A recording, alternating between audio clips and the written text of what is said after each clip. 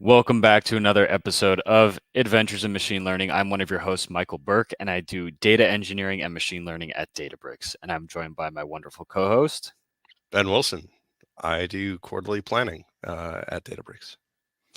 And today we are going to be talking about some things that I've been running to in the field once again. We really enjoy these panelist episodes because we get to sort of take a step back, reflect on our current day to day. I get to complain, and Ben gets to provide wisdom on how I should proceed. So everybody wins, and hopefully you, the listener, are winning as well because these are real things that we face in production systems. So today we're going to be talking about being brought in on the 11th hour to a dumpster fire. Let's say that you are a consultant and you are tasked with resolving an issue that is just asinine. Like there's so much tech debt, there's so much organizational burden via this implementation, and your job is to basically make it work. That's what you've been tasked with. But the real solution is not doing this at all. So before we kick it off with a real use case, Ben, I was wondering if you could clarify how you think about navigating the political landscape when you're brought in to fix something, even though you know proceeding with a fix is just not the solution. The solution is taking a step back and rebuilding somewhat from scratch. In a word, carefully. Um, that basically sums up my last couple of years when I was in the field at Databricks, was being brought in at 11:59 p.m. before the midnight release, and people realize, oh no, this is totally broken. Let's get somebody from the vendor who knows what the heck they're doing to tell us how to fix it. And the best way is to ask a lot of questions, be annoying, not ignorant questions about like, why are you doing this? It's more like asking questions about the project, and you're always going to, and this is applicable to if you're, a new hire at a company working in engineering, or you're starting a new role somewhere, or you're just coming in to work on a project for the first time that you're not the one involved in the design or discussion of like why things are being built. It's always good to ask questions to understand context, because maybe there were legitimate reasons why these decisions were made. In my experience, if you're being brought in to fix stuff, usually either nobody ever did that in the first place, like no design was ever done, it was never discussed or thought about. It's a culmination of a series of cripplingly bad, ignorant decisions that were made because they seemed like a good idea at the time. And if you compound enough of those over a long enough period of time and get a culture within the company and a promised, suite of functionality and features associated with something you're working on that everybody thinks that they need, you're now in a place where you don't even realize what you were doing or why this was being built. You just know people need it, and you got to make it happen. So asking questions about like, what is going on here? Why do people need these features? And where are the original designs for this? Asking questions like that will either, it should expose, what you're dealing with. Like, was there a design? Did anybody put any thought into this? Or has this departed so far from the original design that there's no way that this would have worked in the first place? And it sounds like these questions are Socratic in nature, so they'll get the people to reflect on their decisions, and it also allows you to collect information. How do you balance asking too many questions with too few questions? Oh man, I don't really, I never cared if I was making people annoyed. I am by nature somewhat annoying when I start asking questions, sometimes intentionally so, because it's self-serving, because it gives me context not only into, usually I don't care about why they like decided things on a project. Uh, if you're at that point and you're being called in so late onto something, you already know that this was a bad idea. Like whatever they're trying to do it's it wasn't simple enough for them to do themselves, so they need an air quote expert. That means you developed your way into a corner, and you've bitten off more than you can chew, which is never good. So those questions are to read the room, basically.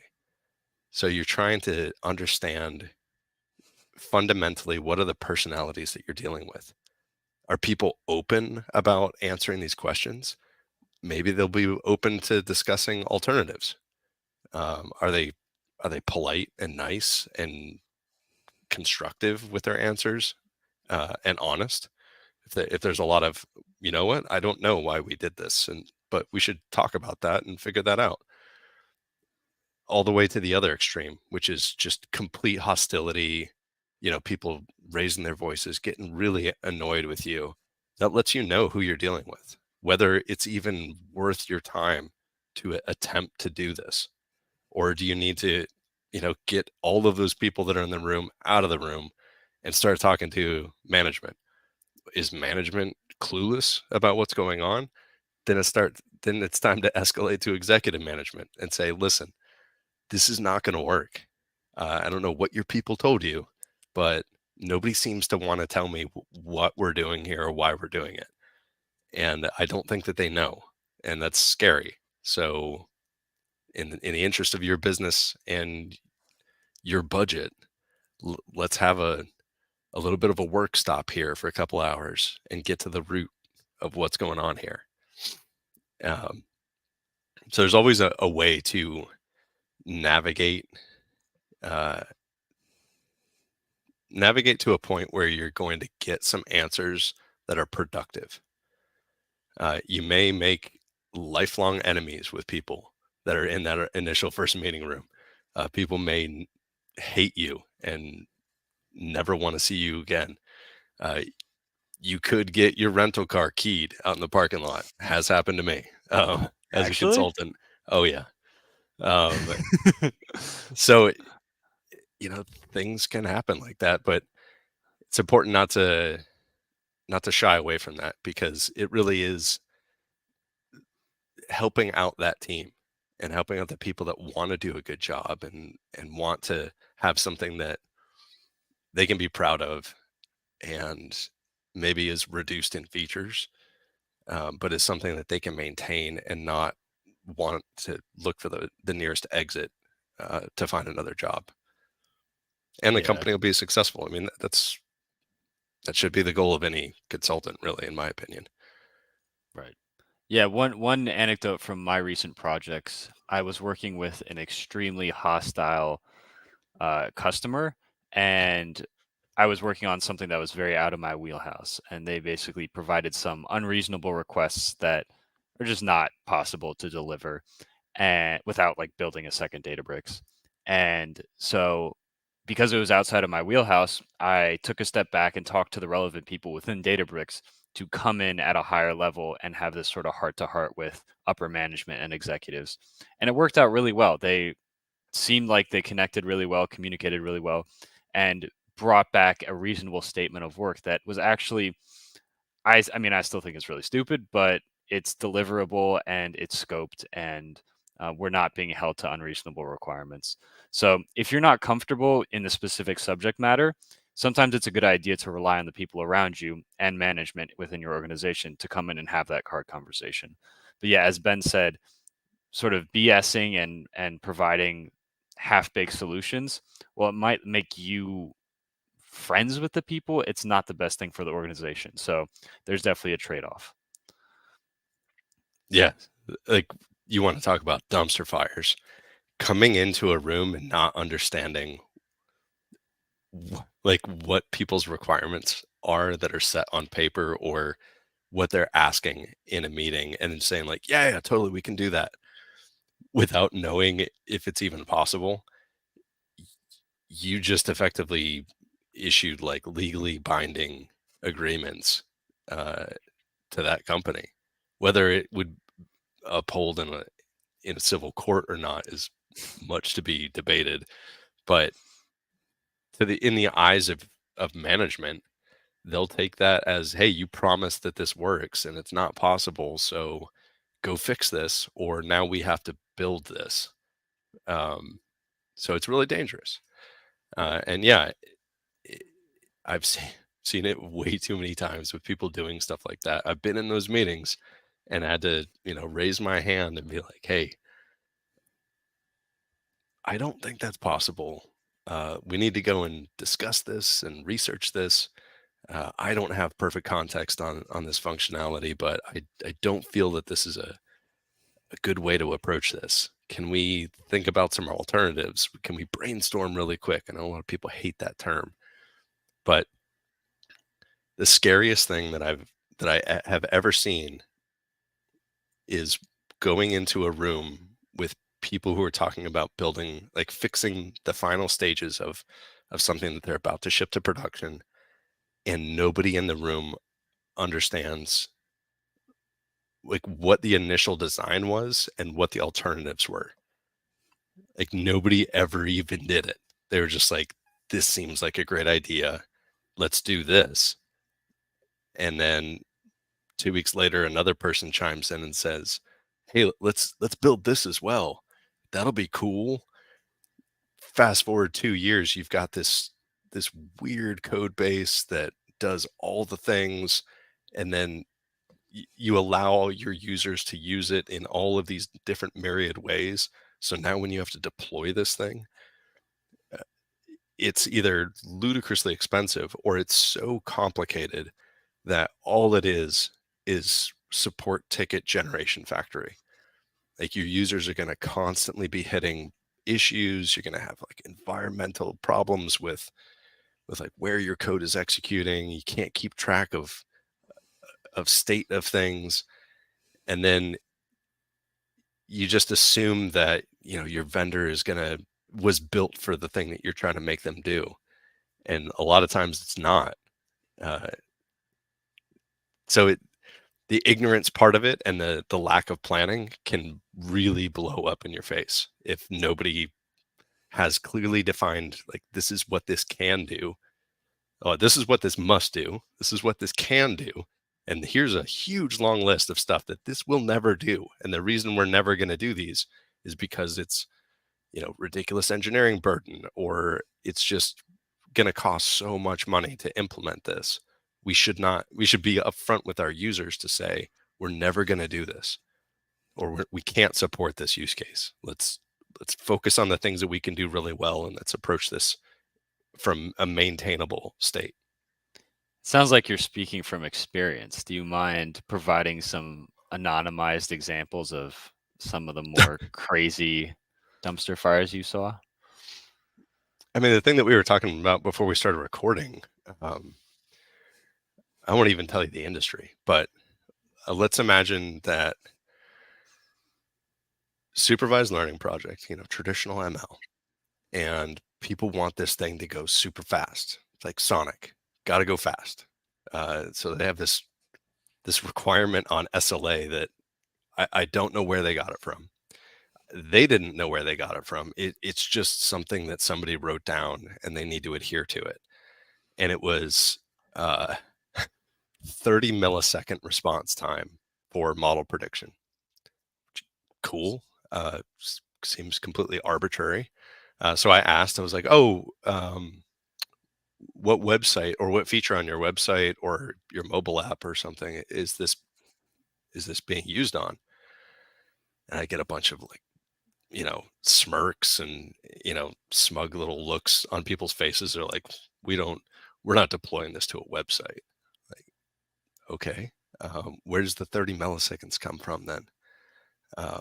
Because that's kind of like web transaction, latencies that you want to make sure that, like, hey, your site is super fast and snappy, and there's not like, some DOM element that's taken forever to load on the page in order to get something to be surfaced.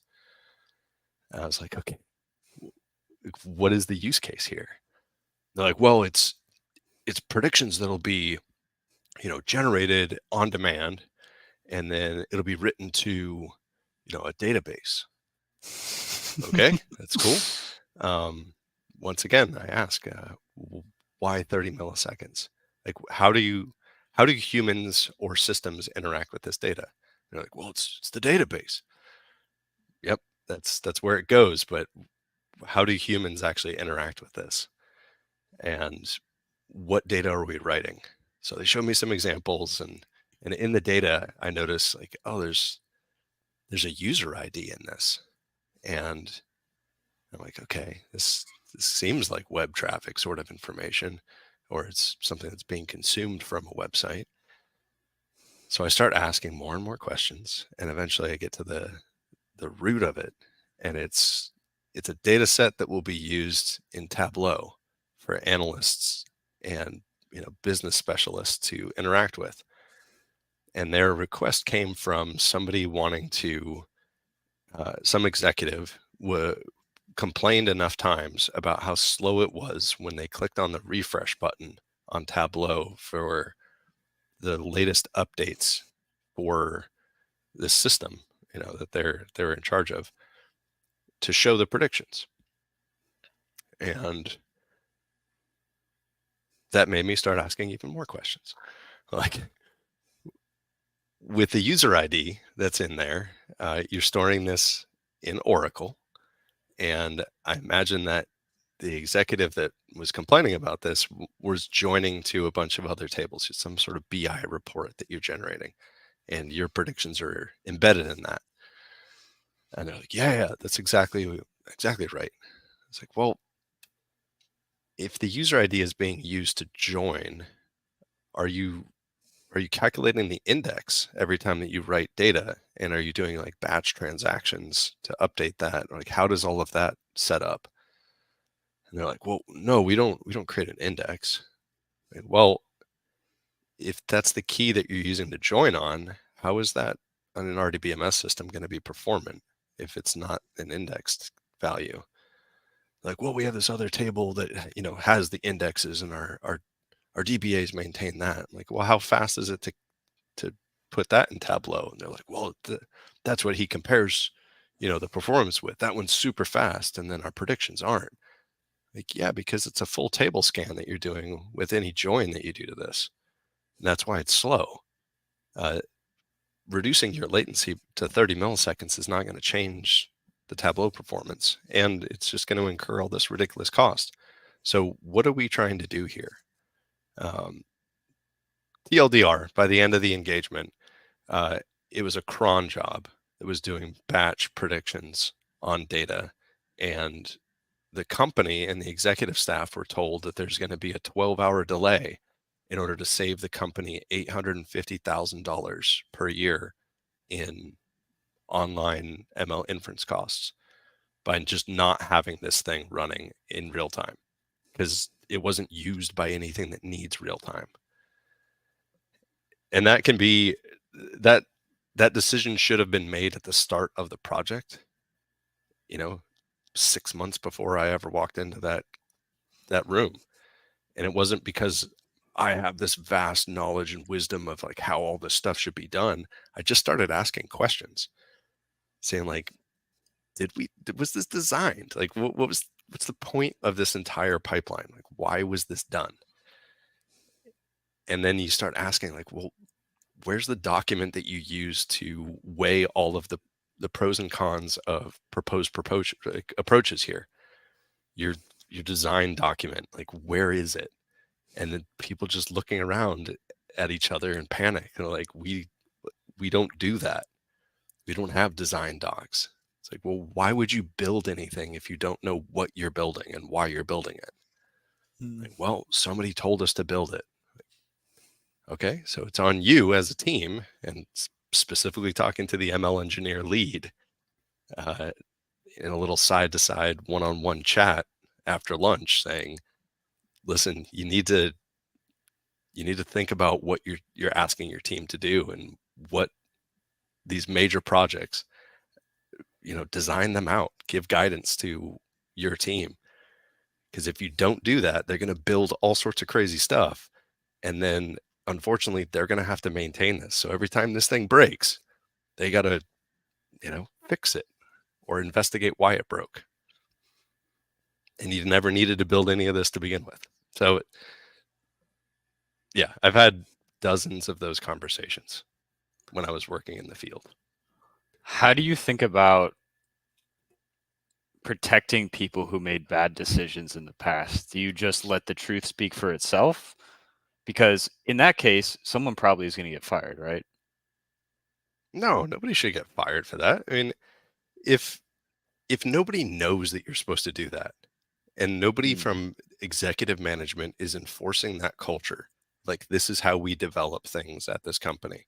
If the manager doesn't know that this is how this should be done, maybe they, you know, were a homegrown manager at that company and they've never really built production scale software projects before.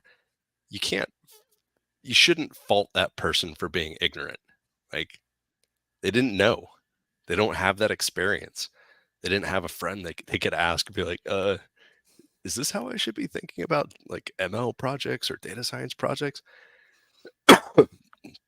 It really should be an opportunity to learn and grow for the people involved and the company in general, like that department, and have those talks with executives who are in charge of these departments. Be like, hey, this isn't a fault of your people.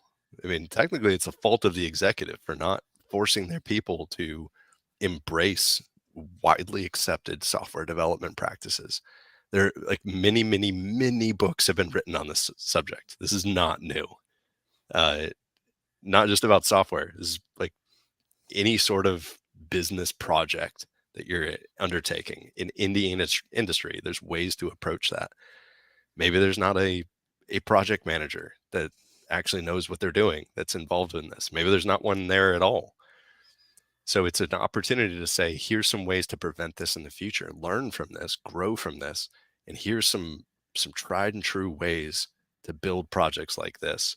Some methodology that big tech companies and big engineering companies throughout the last, 100 years since the rise of industrialization, like people have learned these lessons the hard way. You can learn from them and think about how to tackle projects in the simplest way possible, minimizing complexity, maximizing maintainability, and making it so that people can enjoy and be proud of the things that they built because they solve the problems they're set out to solve. They don't solve anything else. And they're as simple as they possibly can be made. Yeah, heard. This reminds me of the most recent engagement that I wrapped that was very successful. It involved basically optimizing quote unquote pipelines. That was the statement of work for a machine learning stack. And what it ended up being is, yeah, I optimized all the pipelines, but I was able to delegate a lot of the work to the customer so that they could actually learn how to do it themselves. So, all right, this is the Spark UI. This is how you should go about finding if there's spill. If there's spill, that's probably bad. These are 3 ways you can resolve it. Is there data skew? There's like a checklist when you're optimizing a job that you typically want to do. And so teaching the customer is very much part of my role as a resident solutions architect. But also, one of the interesting things was their team lead was actually quite technical, probably the most technical on the team, and also was very hands on and interested in what we were doing, looking to improve processes and was very open minded. And so we tacked on to the end of that engagement the ability to sort of review a lot of their code and provide high level feedback. And their code was really, really bad. And it was awesome to see that they were open to refactoring and adding practices and policies within their organization to ensure code quality. So adhering to like general design guidelines, ensuring that there isn't commented out code in production environments, just basic things, and all that was facilitated via code reviews. And so yes, you're often given an initial statement of work. And even if you're not a consultant, you're given an initial task. But typically, there's a lot of opportunity where you can improve other processes. And especially if you're a consultant, you bring a fresh perspective and you don't have all that cultural bias of being at an organization for 3 years or whatever. So there's a lot that can be done in terms of influencing culture and influencing processes, and it's super valuable. I would argue it's more valuable than building the implementation you set out to do in a bunch of use cases. Definitely. Could not agree more. And I think that the root cause of how a lot of this stuff happens is people in technical positions, particularly with software. Um, and I see it more with the data science side of the house than I do in the software side of the house. But when somebody has a problem that's presented to them, and I don't know if this is just how people that get into data science and computer science, they have a certain skill set and mentality and personality. I'm like, I like to solve problems. I like puzzles. I like figuring things out. So people with that mentality, when they hear a problem, our brains, for people that are like this, instantly start thinking about a solution. Like, how would I solve this? How would I fix this you know puzzle? And because nerd brains behave that way, um, it's very easy to just move directly into that mode of thought and then go off and build something. You think like, oh, this is the problem that I'm given. Mentally, you're thinking about how to solve that. And then you just sit in front of a keyboard and write that implementation. The problem with that approach is, and the thing that people in data science, I think, need to learn something from software engineers, like senior software engineers, people that have learned that that's a bad thing to do. You have to suppress that urge and sit back and start, before you read a single line of code, think about the what and the why. First, it's why. Like, why am I being asked to build this or solve this problem? And taking a higher level, just stepping back and thinking about the why of the problem or the project will start uncovering questions that you want to ask to the person who asked you to build it, which starts fleshing out requirements, like core requirements of, hey, this is what's being asked for. And after that, you can start amassing a list of, here's the features, the things that this thing needs to do. And that is completely divorced from, oh, do we have the data for this? Or what algorithm am I going to use? Or even, what language should I write this in? Doesn't matter. You think about the project itself at the start and about what is being requested. And you don't trash people's ideas. You don't bully people into submission. You just want to get everybody's story. And this is, project managers do this. It's like what they do as a core competency. But everybody in a technical position, particularly if you're a lead, should be thinking about this, about project work, of it saying like, I need to have as much context as possible so that I can ensure that I'm building what people really want to use and making sure that this is something that they're actually going to use.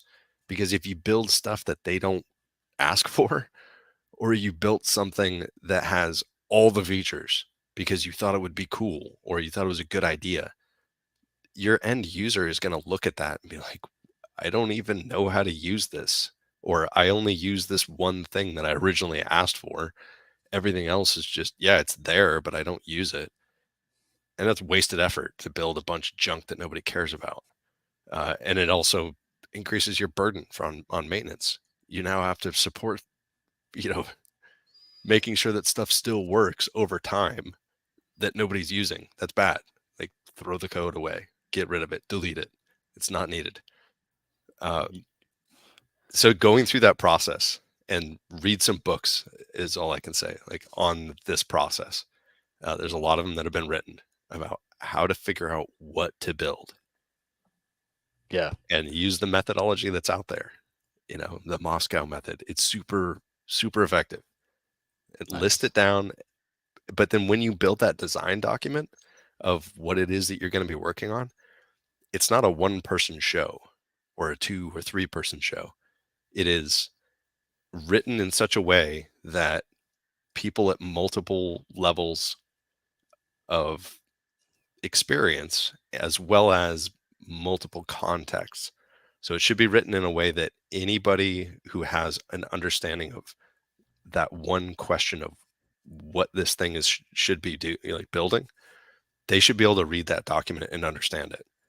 So it's not an engineering design. It's not filled with a bunch of stupid boxes on a slide that's like arrows pointing to stuff and like, here's this service connecting to this service. That's a design. That's an engineering design. That's later. Your project design is, can I make it so that my end users can review this and tell me if I'm on the right track? And if they're like, yeah, all those must-haves, 100% agree. That's exactly what we want. And one of those can you put that on a must? Because we really want that. Or you get the feedback of, hey, 4 out of the 12 must-haves, we don't care about. You can move those to won't have. Like, they're not important, that's the best news you can get. You're like, that's less work, that's less code to maintain, that's less stuff that our team has to do, and we can go do another project. Right. Yeah. One thing that really struck home for me with what you just said is, well, two things actually. First is I think a lot of people fail to think long term and fail to think big picture. And this is typical if you're a low level engineer. A, you don't have a lot of practice thinking in that way. And then B, you don't have a lot of context. So when we're thinking about what to build, all right, if I have a sprint and I just want to maximize my output in that sprint, that is very, very different from wanting to maximize the team velocity and productivity over a 5-year period. If you have to think about maintenance, one sprint doesn't impact maintenance that much, but 5 years will dramatically define how your design looks. So thinking long term and having context when you're making these decisions is super important. And typically you have to be senior to do that. And by senior, I mean have a lot of people in the room, have a lot of context. And having experience making these decisions is also helpful. And then the second thing, so I love learning. And throughout my life, I've taken a bunch of classes and read a bunch of books. And one of the more influential classes that I ever took was by this woman named Layla Akaroglu, Acaroglu.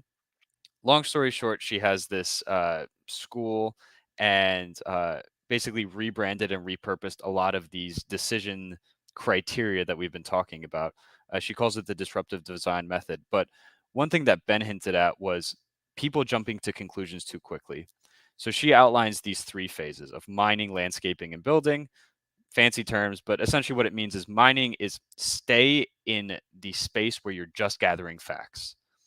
Landscaping is the space where you start mapping information between facts and finding relationships. And then third, you build. And typically, more than like 70% of your time is spent in mining and landscaping because you really get a lay of the land.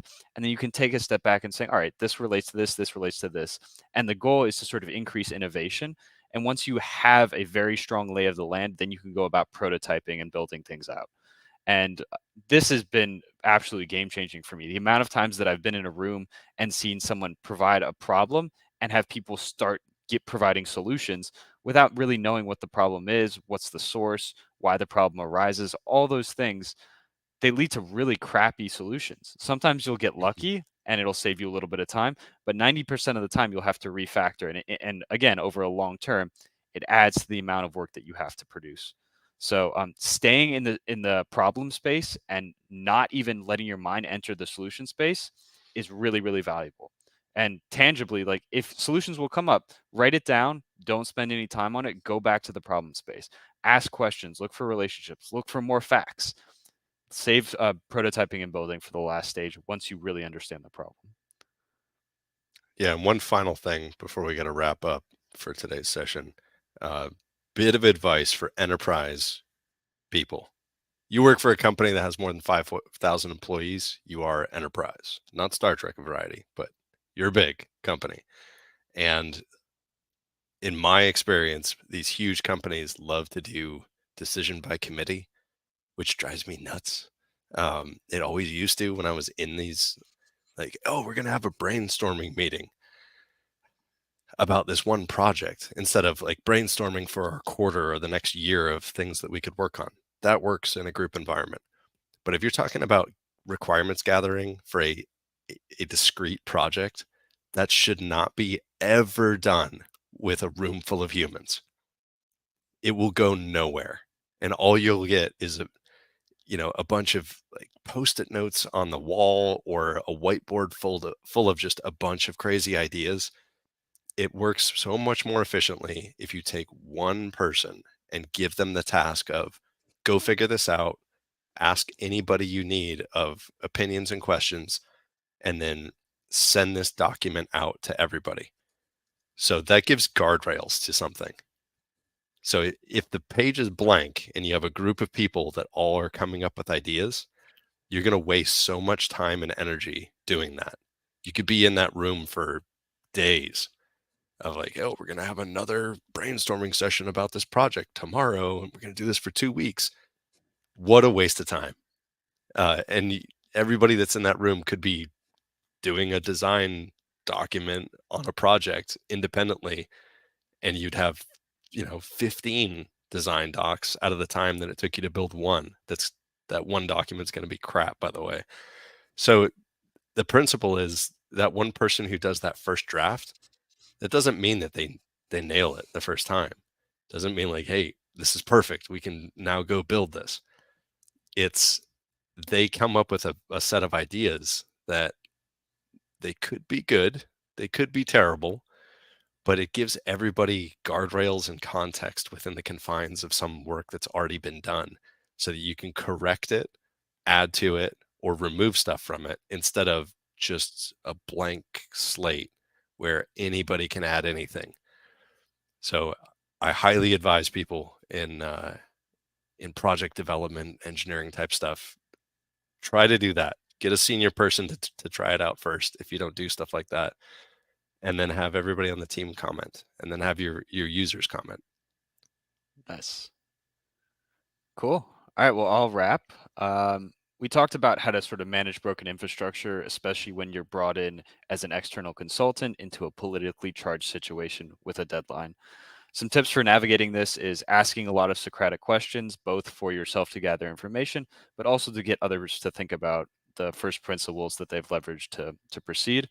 And also understanding the political landscape. Is someone under deadline? Is their manager really mad at them? Is this just not a collaborative environment? Is it very collaborative? That helps you proceed from a social standpoint.